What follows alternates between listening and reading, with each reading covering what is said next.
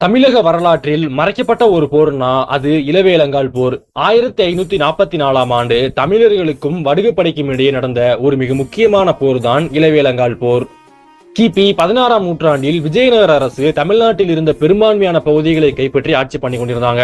அந்த சமயத்தில் விஜயநகர அரசு கீழ் இருந்த பல அரசர்கள் கிளர்ச்சிகளில் ஈடுபட்டாங்க. திருவாடானை பகுதியை ஆட்சி செய்த அஞ்சுகுத்து பாண்டிய மறவர்கள், தூத்துக்குடி பகுதியில் இருந்த தென் பரதவர்கள், கேரள மன்னர்கள் இப்படி அனைவரும் விஜயநகர அரசுக்கு எதிராக கிளர்ச்சியில் ஈடுபட்டாங்க. இதனால் கிபி 1544ஆம் ஆண்டு வித்ரராயன் தலைமையில ஒரு மிக பெரும் வடுகப்படை தமிழ்நாட்டுக்குள் நுழைந்தது. வித்ரராயன் அஞ்சுகொத்து பாண்டிய மறவர்களையும் தென் பரதவர்களையும் திருவனந்தபுரத்தை ஆட்சி செய்த உன்னி கேரளவர்மனை வீழ்த்திவிட்டு இறுதியாக கைத்தாறு பகுதிக்குள் நுழைகிறார்.